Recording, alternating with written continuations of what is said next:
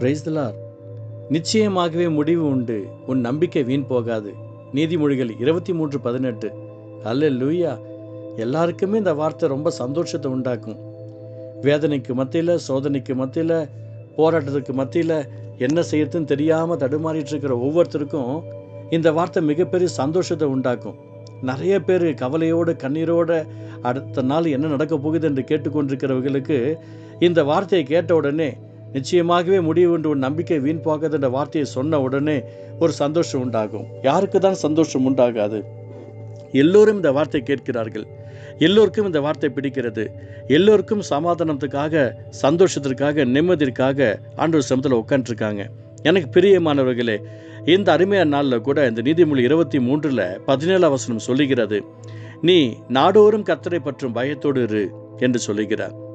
நம்ம கர்த்தருக்கு பயப்படுகிற அந்த பயம்தான் ரொம்ப கஷ்டமான ஒரு பயம்.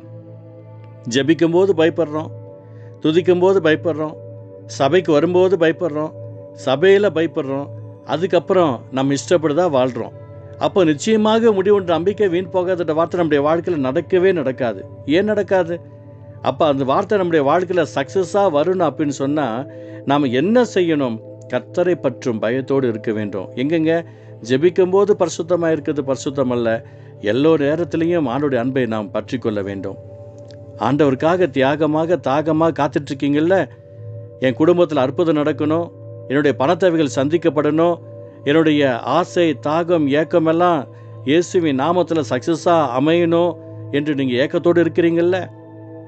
எல்லோரும் கைவிட்டாங்க, என்ன செய்யறதுன்னு தெரியல, என் சரீர பலவீனமாக இருக்குது, சில வியாதினால் பாதிக்கப்பட்டு இருக்கிறேன், எனக்கு அற்புதம் நடக்குமா ஏக்கத்தோடு இருக்கிறீங்கள. உங்களுக்காகவே கர்த்தர் சொல்கிறாரு, நிச்சயமாகவே முடிவு உண்டு, உன் நம்பிக்கை வீண் போகாது. உங்கள் நம்பிக்கை எங்கே வச்சுருக்கிறீங்க? ஏசப்ப மேலே வச்சுருக்கீங்க தானே? ஏசப்ப மேலே வைங்க. ஏசப்ப மேலே வைக்கும்போது உங்கள் நம்பிக்கை ஆசீர்வாதமாக மாற பண்ணுவார். அவரால் கூடாத காரியம் ஒன்றுமே கிடையாது. விசுவாசிக்கிறீங்களா? ஏன்னா அவர் தெளிவாக சொல்லிட்டாரு, நிச்சயமாகவே முடிவு உண்டு, உன் நம்பிக்கை வீண் போகாது. நம்ம நம்பிக்கை நம்ம படிப்பு மேலே வைக்காதீங்க, உங்கள் பலத்து மேலே வைக்காதீங்க, உறவு மேலே வைக்காதீங்க, உங்கள் நண்பர் மேலே வைக்காதீங்க, உங்கள் ஜாப் மேலே வைக்காதீங்க, உங்கள் பிஸ்னஸ் மேலே வைக்காதீங்க, எந்த ஒரு பொருள் மேலேயும் வைக்காதீங்க. என் சொந்தக்காரர்கள் தருவாங்க அதை நம்பாதீங்க. உங்கள் நம்பிக்கை ஏசப்ப மேலே வைங்க, உங்கள் நம்பிக்கை ஆண்டவர் மேலே வைங்க. உங்கள் நம்பிக்கை நிச்சயமாக ஒரு முடிவாக இருக்குங்க. ஏசப்ப மேலே வைக்கும்போது, அட என் பிள்ளை என் மேலே நம்பிக்கை வைக்கும்போது நான் உதவி செய்யாமல் இருப்பேனா? என் பிள்ளை என்னை நம்பி இருக்கும்போது நான் அற்புதம் செய்யாமல் இருப்பேனா? என் பிள்ளை என்னை நோக்கி பார்க்கும்போது அதிசயம் செய்யாமல் இருப்பேனா என்று சொல்லி ஆண்டவரே ஒரு அற்புதத்தை செய்வார். எத்தனை பேர் நம்புறீங்க? உங்களுக்கு இயேசுவின் நாமத்தில் சொல்கிறேன், உங்கள் நம்பிக்கை வீண் போகாதுங்க. ஒரு முடிவோடு காத்துருங்க, முடிவோடு காத்துருங்க. பிள்ளை பிறக்க வேண்டும் என்று சொல்லி அந்த தாயானவள் காத்துக்கிட்டே இருக்கிறாங்க. எப்பொழுது என் பிள்ளை வருமோ, எப்படி இருக்குமோ, என்ன மாதிரி இருக்குமோன்ற ஒரு ஏக்கத்தோடு இருப்பாங்க. எக்ஸாம் எழுதிட்டு ரிசல்ட்டுக்காக காத்திருக்கிறவங்க, ரிசல்ட் எப்படி வருதோ நல்லபடியாக வரும் ஆண்டவரே என்று மன்றாடுகிறவங்க இருக்கிறாங்க.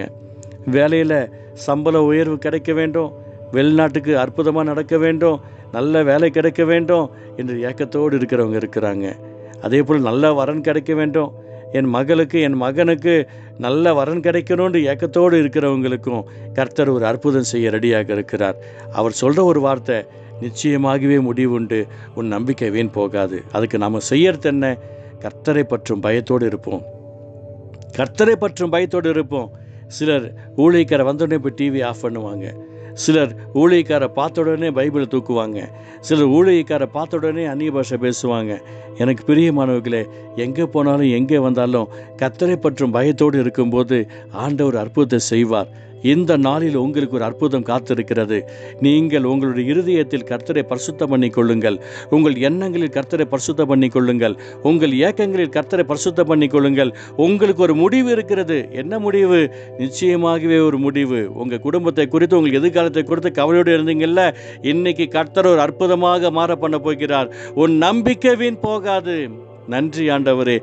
இந்த வார்த்தையை கேட்டுக்கொண்டிருக்கிற ஒவ்வொரு உள்ளங்களிலும் இல்லங்களிலும் தேவ அன்பு பூரணமாய் கடந்து வரட்டும். சமாதானம் உண்டாகட்டும், சந்தோஷம் உண்டாகட்டும், பணம் உண்டாகட்டும், வேலையில் அற்புதங்கள் நடக்கட்டும். இவர்களுடைய கூகுள் பே, ஃபோன்பே, பேடிஎம்ல அனைவருடைய பேங்க் அக்கௌண்ட் நம்பர் ஒரு ஆசீர்வாதம் உண்டாகுவதாக இயேசுவின் நாமத்தினால.